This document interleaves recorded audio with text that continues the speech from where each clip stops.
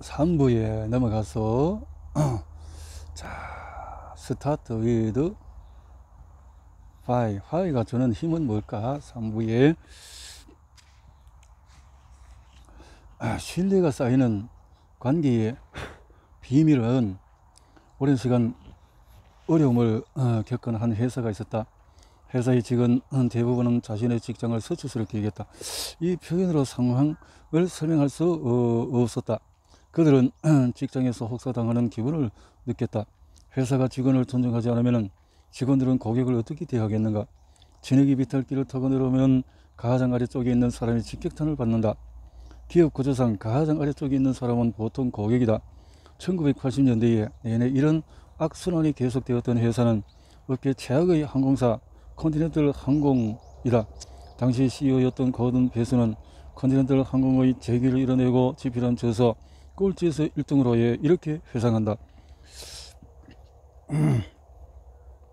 1994년 2월 회사의 문을 열고 들어서는 순간에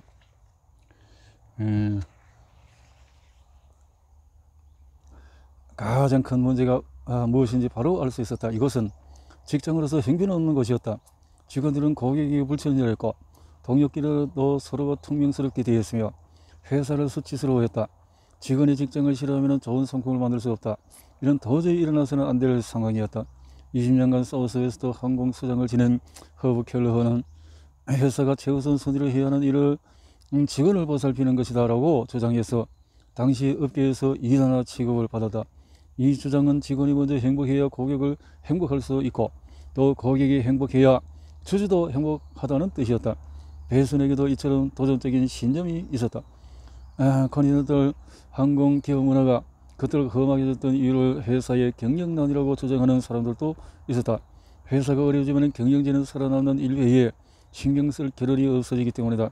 보통 이렇게 생각하는 경영진은 상황이 좋아지면 그때 세세한 부분까지 돌보겠다고 말한다. 컨티넨탈 항공은 1980년부터 90년대 초반까지 지속적으로 경영난에 시달렸다. 1983년과 1991년 두 차례에 걸쳐서 법정 관리를 신청했고 10년간 CEO가 10번이나 바뀌었다. 베슨이 CEO 자리에 오른 1994년 회사는 1억 달러 손실을 냈으며 결과를 측정할 수 있는 모든 분야에서 최하위권을 기록한 상태였다. 하지만 베슨이 온 뒤로 상황은 완전히 달라졌다. 회사는 바로 다음 해에 2억 5천만 달러를 이익을 냈고 얼마 지나지 않아서 미국에서 일하기 좋은 기업 순위 안에 들었다. 베슨은 경영 개선의 여러 중대한 변화를 이뤘는데 그 중에서 최고 이익은 측정할 수 없는 분야의 성과, 바로 신뢰였다. 신뢰와 가치관은 동반한다. 가치관. 여기서 가치란 돈으로 할 수는 없는 진정한 의미를 말한다.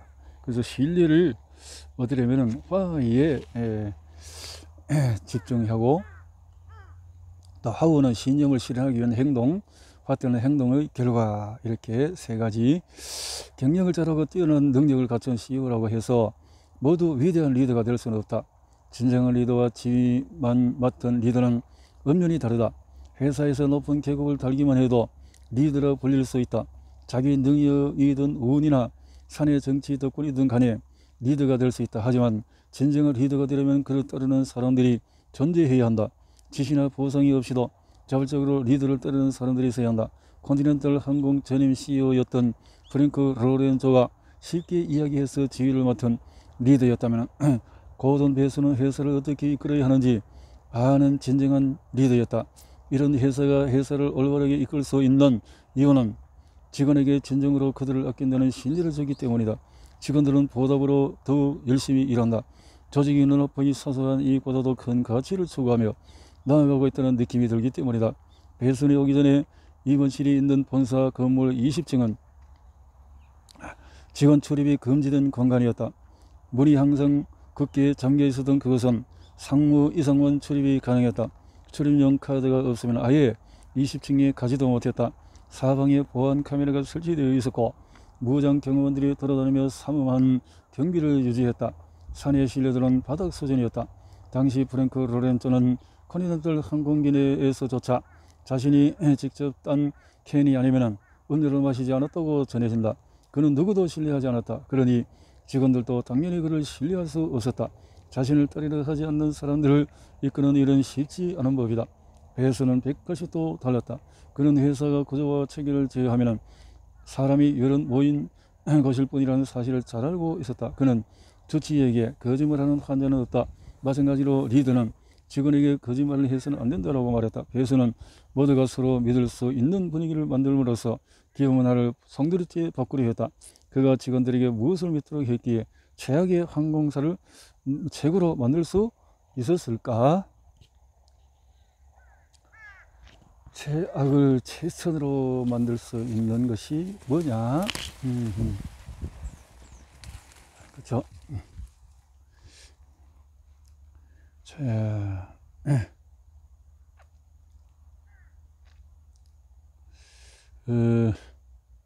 배순이 오기 전에 임원실이 있는 본사 건물 20층은 직원 출입이 금지된 공간이었다. 물이 항상 굳게 잠겨 있었다.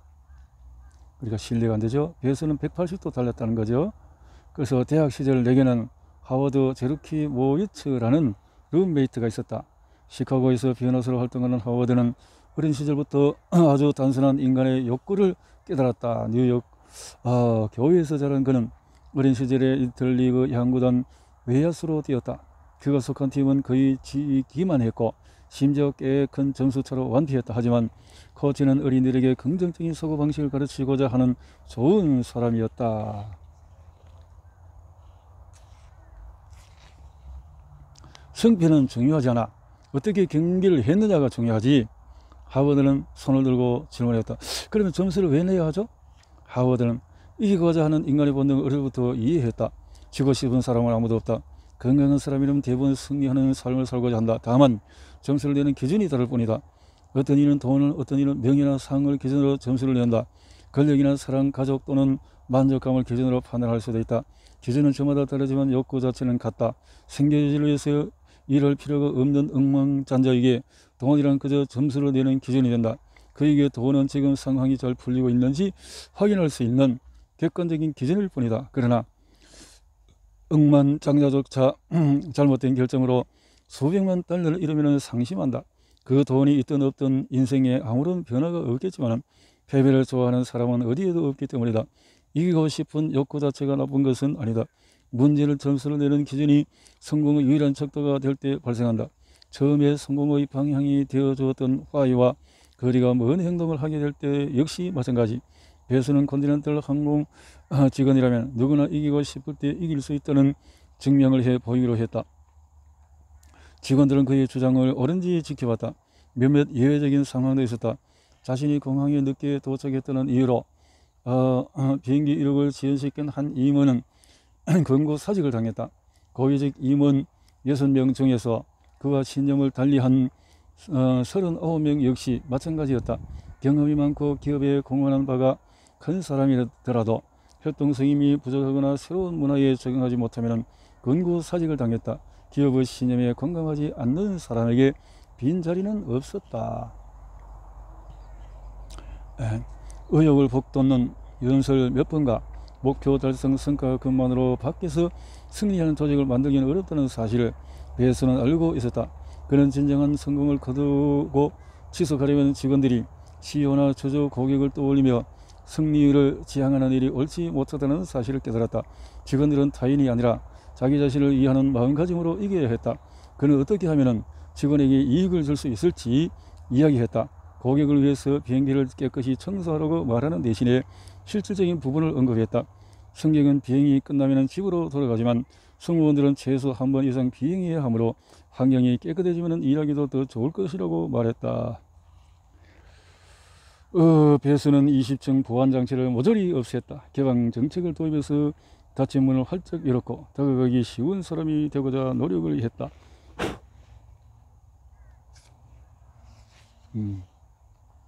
자, 배수는 자신이 중요하다고 하는 생각이 하는 일에 초점을 맞췄다. 그가 가장 중요시했던 임무는 정시운항. 배수이 취임하기 전인 1990년 초반 컨티넨탈 항공은 미국 10대 대형 항공사 중에 정시 운항률이 최하위였다. 배수는 정시 운항률이 5위 안에 드는 달에 모든 직원에게 $65를 지급하기로 약속했다. 1995년 당시 컨티넨탈 직원이 4만 명이었던 사실을 고려하면 정시 운항률이 높은 달에는 $250만 되는 셈이었다. 하지만 회사는 약속을 달성해서 성과급을 지급하는 일이 결국 이익이라는 사실을 알고 있었다. 평소 만성적인 지연 운항으로 발생해서 손해 비용이 상당했기 때문이다. 당시 비행기 연착으로 연결편을 놓친 승객에게 제공하는 숙박비 등의 관련 비용은 매월 $500만 달했다. 그러나 손해 비용 절감보다도 유의미한 점은 보너스 제도가 기업 문화에 가져다준 변화였다. 경영지를 표함한 수만 명의 직원은 몇 년 만에 처음으로 같은 목표를 향해 달려가기 시작했다. 이만한 성공 혜택을 누리던 시절은 끝났다. 회사가 목표를 달성하면 전 직원이 $65를 받았고 달성하지 못하면 아무도 성과급을 받지 못했다. 회사는 성과급을 목표로 별도로 지급하라고 지시했다. 이 돈은 급여에 합칠 수 없었다. 급여와 완전히 다른 성격의 돈이었기 때문이다. $65는 승리의 상징이었다. 수표에는 직원이 회사에서 일하는 화해를 떠벌려 볼 만한 문구가 적혀 있었다. 컨티넨탈 항공을 최고로 만들어주신 여러분 진심으로 감사합니다. 회사는 이렇게 말한다. 우리는 노력하면 온전히 통제할 수 있는 일로 직원들을 평가했다. 또한 보상을 내걸 때 직원들이 각각 이기고 지는 것이 아니라 함께 이기고 질 수밖에 없는 방식을 택했다. 경영진이 이렇게 행동하자 직원들은 문제를 함께 해결하고 있다는 느낌을 받았다. 그들은 느낌뿐 아니라 실제로도 함께였다. 느낌뿐만 아니라 실제로도 함께였다. 중요하네요. 우리에게 저마다 잘 맞는 문화가 있다. 지구상에서 인류가 이토록 번성한 이유는 가장 강한 동물이어서 가 아니다. 강한 동물이어서가 아니다.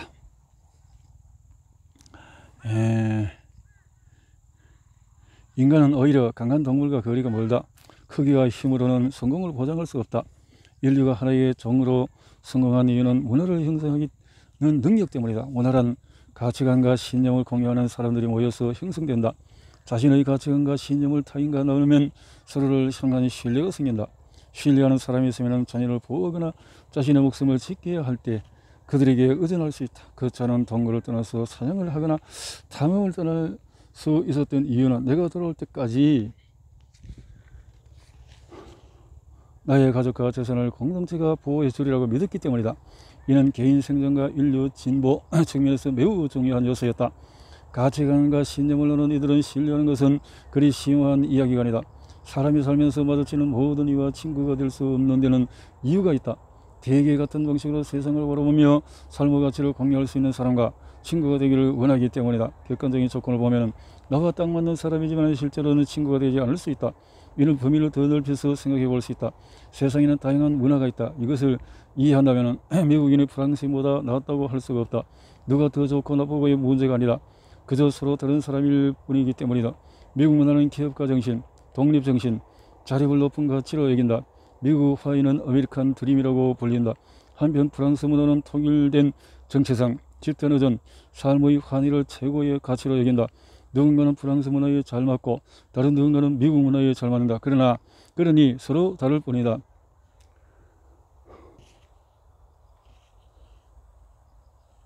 한 문화권에서 태어나고 자란 사람들은 대부분 그 문화에 잘 스며들지만 그렇지 않은 경우도 있다. 간혹 프랑스에서 자랐지만 프랑스 문화에 소속감을 느끼지 못하는 사람도 있다. 출신지와 문화와 성향이 맞지 않기 때문이다. 그래서 아메리칸 드림이라는 것이 나오는가 봅니다. 미국의 원동력은 이민자에게서 나온다는 말이 있다. 다시 말해서 이민자 대부분이 사회에서 생산성 높은 구성원이 된다는 뜻인데 이는 완전히 틀린 말이다. 모든 이민자에게 기업가 정신이 있다고 할 수는 없다. 기업가 정신은 미국 화해에 본능적으로 이끌리는 사람 몇몇에게만 있을 뿐이다. 이것이 바로 화해의 역할이다. 화해가 뚜렷하고 사람들이 일을 쉽게 할 수 있으면 신념이 같은 사람들이 모여든다. 신념과 행동 방식이 잘 맞는 이민자들은 미국이 좋다라거나 미국을 사랑한다라고 말한다. 그러나 이런 본능적인 반응은 미국보다도 그들 자신과 관련이 깊다. 국가의 화해는 지역으로 세밀하게 나누어서 생각해 볼 수 있다. 어떤 사람들은 뉴욕이, 어떤 사람들은 미니애폴리스가 더 맞는다. 여기서 더 좋거나 나쁜 문화는 없다. 그저 다를 뿐이다. 그런데 많은 사람이 뉴욕에 살기를 꿈꾼다. 화려함에 끌렸거나 다양한 기회를 늘릴 수 있다고 해서 판단했으다. 이들은 큰 뜻을 이루겠다는 야망을 품고 뉴욕에 온다. 도시를 직접 경험해 보고 나면은 자신이 그 문화에 잘 맞는지 아닌지를 알 수가 있다. 뉴욕의 방식과 잘 맞는 사람도 있다. 하지만 그렇지 않은 사람도 정말 많다. 큰 희망과 꿈을 안고 뉴욕에 와서 원하는 곳에 취직하지 못하거나 취직을 했더라도 큰 압박에 시달리는 경우를 종종 본다. 그들이 나쁘거나 능력이 없어서가 아니다. 단지 뉴욕과 잘 맞지 않기 때문이다. 이럴 때 방법은 둘 중에 하나. 자신의 직업과 인생을 불평하면서 노력을 짜내어 뉴욕에 계속 살거나 더 잘 맞는 다른 도시로 이사하는 것이다. 특유의 강한 문화나 개성이 있는 도시라면 호불호가 나뉘는 것은 어디나 마찬가지다. 이제 회사를 생각해 보자. 마찬가지라는 거죠. 신념이 같은 사람을 찾아야 한다. 신념이 같은 사람을 찾자. 20세기 초 영국 탐험가 어니스트 셰클턴은 남극 탐험을 떠났다. 노르웨이 출신 로알 아문센이 인류 최초로 남극을 탐험한 직후였다. 당시 그에는 정복해야 할 과제가 하나 있었는데 바로 지구 최남단을 거쳐서 남극 대륙을 횡단하는 일이었다. 탐험은 남아메리카 대륙 아래쪽에 차디찬 웨들해에서 시작해서 남극을 가로질러 뉴질랜드 아래 로스해까지 약 2700km를 이동하는 코스였다. 당시 셰클턴이 추천한 탐험 비용은 약 25만 달러였다. 연구.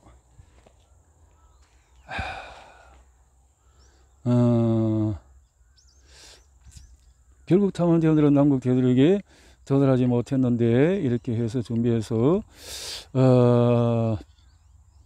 어떻게 했나 하면은 제작된 350톤급이고 14년 27명을 싣고 출발했는데 유럽에서 1차 세계대전에 한창 격렬했고 대원들은 그 영향으로 자금난을 받고 그들은 썰매 개를 영국 초등학생의 기부금으로 사용할 정도로 어려웠기 때문에 결국은 못했다는 건데요. 남대서양 사우스 조지아 섬을 떠난 지 며칠 만에 셰클턴과 대원들은 수십 킬로미터에 달하는 얼음 덩이를 마주했고 일찍 찾아온 겨울 추위가 맹위를 떨치는 바람에 그 자리에 갇히고 말았다. 한 대원은 이들을 생각하며 회상하며 얼음이 마치 캐러멜에 붙은 아몬드 조각처럼 배 주위로 밀려들었다고 말했다. 그들은 무려 10개월 동안에 남극에 갇혀 있었다. 10개월 동안. 그동안 천천히 북쪽으로 표류하던 인디어론소는 결국 얼음 덩어리 압력 때문에 완전히 박살나버렸다. 1915년 11월 21일 배는 끝내 웨들해의 차가운 물에 깔아앉았다.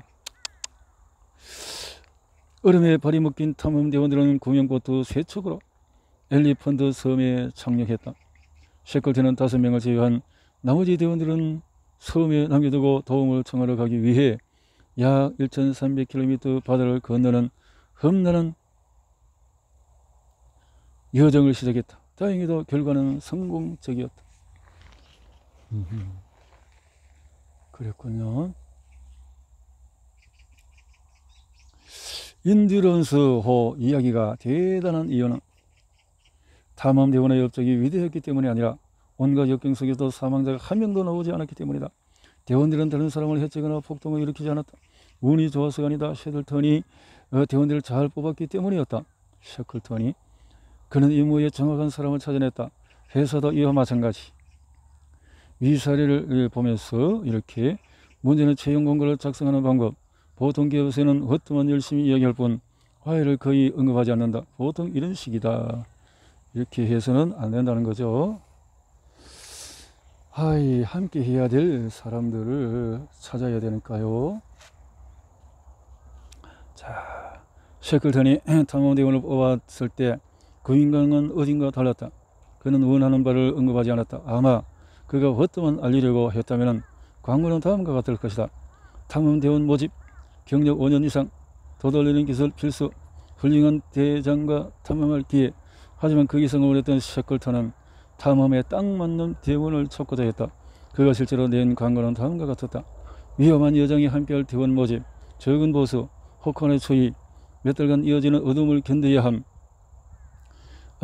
전 일정 위험하며 무사 귀한 보장 불가. 그러나 탐험에 성공하면 영광과 명예를 누릴 수 있음.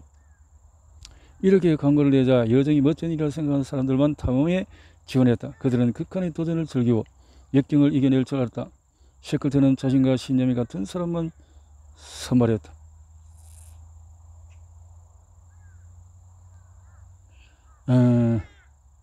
따라서 대원들의 생존 능력은 처음부터 보장되어 있었다. 구성원이 소속감을 느끼는 조직은 성공할 수 있다. 소속감을 가진 직원들이 열심히 일하고 혁신적인 해결책을 찾는 이유는 회사가 아니라 자기 자신의 신념을 위해서다. 신념을 위해서다. 위대한 리더는 대개 조직에 적합한 인재를 잘 찾아낸다는 공통점이 있다. 이들은 화이가 같은 사람을 잘 고른다. 화이가 사우스웨스트 항공은 조직에 어울리는 직원을 채용한 기업의 좋은 예다. 이들은 애초에 조직 대의를 실현할 사람들을 고용하기 때문에 훌륭한 서비스를 제공하기가 훨씬 수월하다. 허브 켈리 허는 유명한 말을 남겼다. 능력이 아니라 마음가짐을 보고 직원을 뽑아야 한다는 능력은 가르치면 된다. 그렇다면 여기서 말하는 마음가짐이란 뭘까? 만약에 직원들의 마음가짐이 조직 문화에 어울리지 않는다면 어떻게 될까? 나는 회사에 어떤 직원을 채용하고 싶느냐고 질문을 즐겨한다. 흔히 나오는 대답은 열정적인 사람이다. 하지만 지원자가 면접에만 열정적인 모습을 보이는 것은 아닌지 어떻게 알 수 있을까? 사실 대부분 사람은 열정적이다. 열정을 느끼는 분야가 각각 다를 뿐이다. 직원을 뽑을 때 화이의 방향성을 두면 회사 신념에 열정을 느끼는 사람들을 끌어들일 확률이 극적으로 높아진다.